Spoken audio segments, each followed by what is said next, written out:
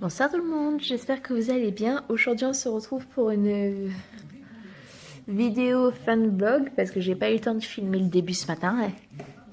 Euh, je suis allée à Bruxelles aujourd'hui, enfin. C'était bien, beaucoup de touristes asiatiques plus particulièrement. Euh, nous sommes fatigués. Nous n'arrivons pas à récupérer en fait. Nous avons des lits avec un matelas en ressort et nous sommes habitués à avoir un matelas en mousse, donc ça déglingue un petit peu le dos. J'ai mal dans toute la nuque, dans les omoplates et dans la colonne vertébrale, donc c'est pas cool. Donc on n'a pas des nuits reposantes par rapport aux journées de ce qu'on fait, ce qui est assez dommage. Parce que on se tue la journée pour pas réussir à reposer. Donc le lendemain, quand on se lève, il y a des petites tensions qui disparaissent vite, c'est sûr. Mais bon, c'est chiant d'avoir des tensions à cause d'une fatigue, en fait. Là, je suis en train de regarder Bienvenue à l'hôtel. Vous avez vu la qualité de la télé, c'est... Franchement, j'avais pas vu des télés comme ça à tube catholique depuis très longtemps en fait. Parce qu'en France, quand ils ont commencé à sortir les écrans plats, mon père étant fanat de technologie, il les a achetés.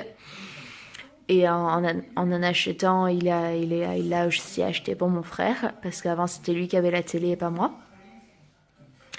Et donc voilà, ça s'est enchaîné comme ça. Donc c'est vrai que les tubes catholiques, j'arriverai pas à vous dire depuis quand j'en ai pas vu.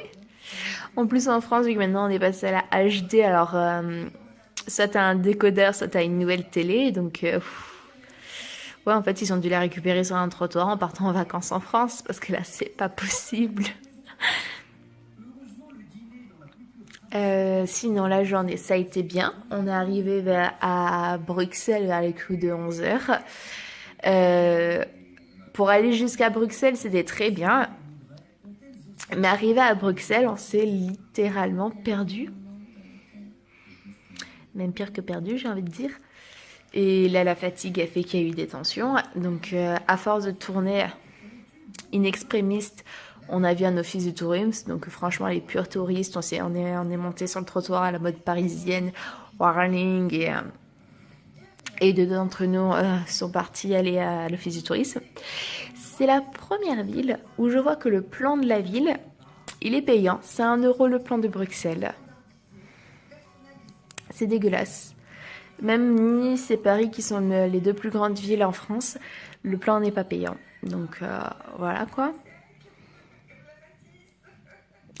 Donc une fois ça fait, on a repris la voiture pour aller se garer au parking où là aussi on s'est encore perdu parce qu'avec les explications de la bonne femme, elle était plus intéressée à nous envoyer sur la zone piétonne avec Primark et C&A plutôt que nous emmener sur la zone piétonne avec les boutiques de souvenirs, le Make and Peace et tout ce qui va avec. Donc une fois qu'on a trouvé le bon parking que nous voulions, qu'on s'est garé, on est tombé sur la grande place. Super, c'est ce qu'on voulait et c'est là où est-ce que la journée a bien commencé en fait. La grande place avec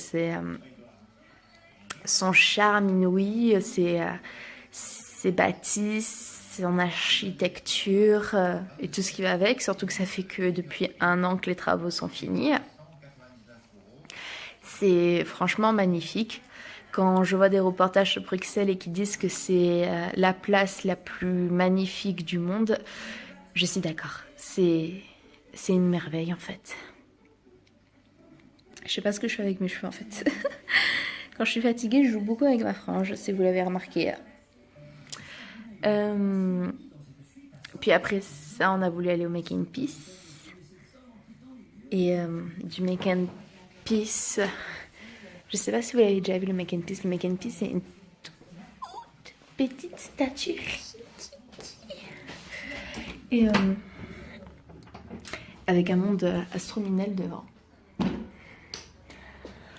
Donc une fois qu'on est allé au Make and Peace et qu'on a pris quelques photos, ensuite on a pris la rue des restaurants où on s'est arrêté pour manger un restaurant italien, qu'on n'a pas commandé ni de pâtes ni de pizza parce qu'on en mange assez ici, dira-t-on.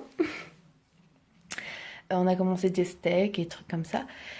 Et, euh, et après ça, on a voulu aller dans, dans un autre quartier. Et, euh, et parce qu'il disait que c'était le quartier le plus populaire de la ville, machin bidule chouette. Donc on s'est dit, ben cool, il doit y avoir plein de magasins de souvenirs.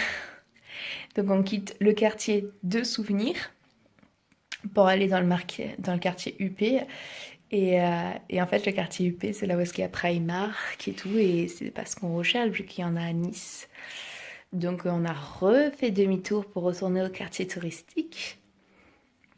Oui, on a beaucoup marché. Et arrive